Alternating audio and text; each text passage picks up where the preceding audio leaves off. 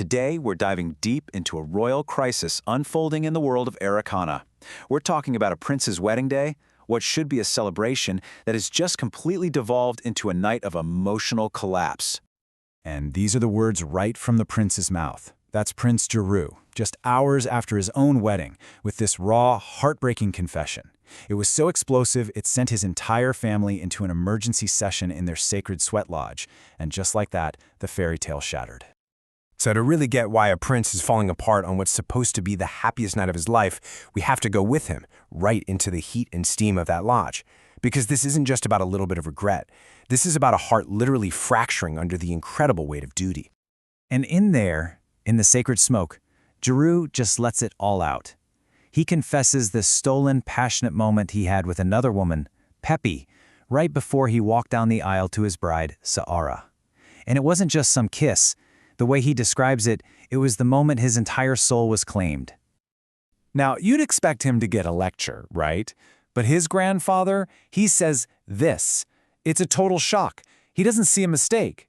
He sees a sign from the ancestors, a confirmation that Jarru's heart is actually bound by a destiny that is way older and way more powerful than his duties as a prince.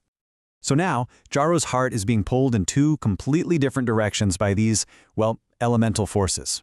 You can think of it as water, the natural, undeniable flow of his true love, and fire, which is the rigid, unyielding bond of his sworn duty.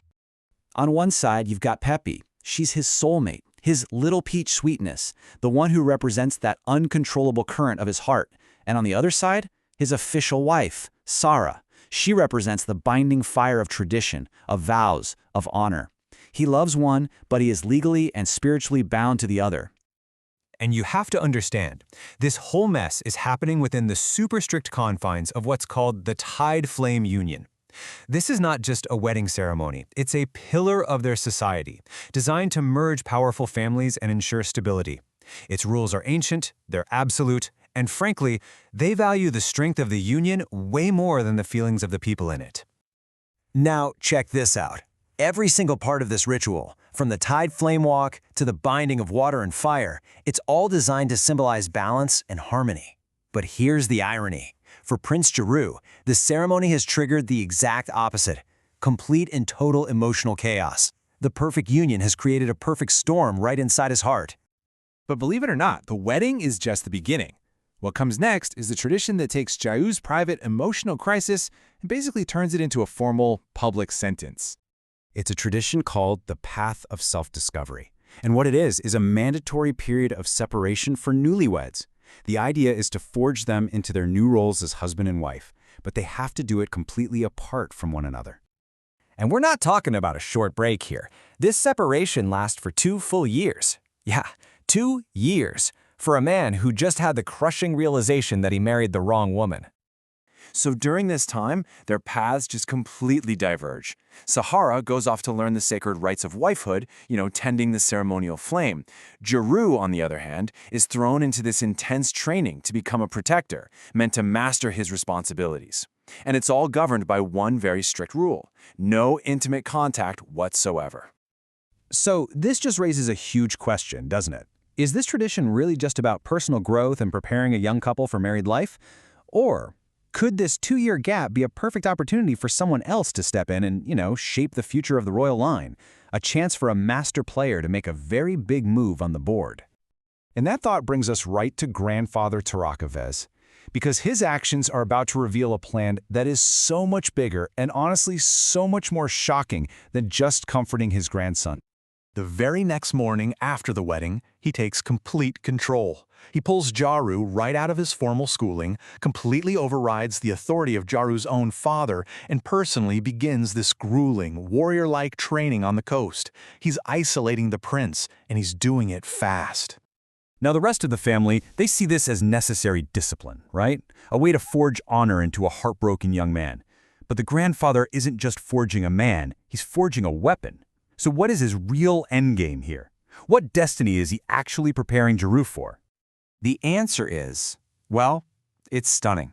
He isn't just preparing Jarru to go back and be a good husband to his first wife, Saara. He is preparing him to take a second one. And get this is not just some strategic political match. His chosen bride is a woman named Morrisaawa. She's known as a powerful coastal witch in training. She's the daughter of a feared coven leader, and, just to make things even more complicated, she's Jarru's own cousin. This is a massive power play, aiming to consolidate not just royal power, but magical power too. And this quote right here, it reveals everything. The grandfather isn't fixing a problem, he is orchestrating a destiny. In his mind, Jarru's future requires 3 women: the dutiful fire of Saara, the destined love of Peppi, and now the dark magical power of Morrisaawa. He's building an empire of the heart, spirit, and soul. So, with this grand, secret plan now in motion, the lives of everyone even remotely in Jarru's orbit are immediately and permanently changed. The fallout is just swift and brutal. Peppi, completely heartbroken, decides she has to leave the coast for good.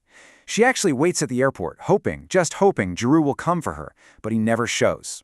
Because, at that exact same moment, Jarru is waking up on the shore, his grief already being hammered into him as part of his grandfather's relentless training program.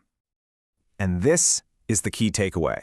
In this world, Jarru's profound heartbreak isn't being ignored or even just soothed. It's being used. It's being weaponized.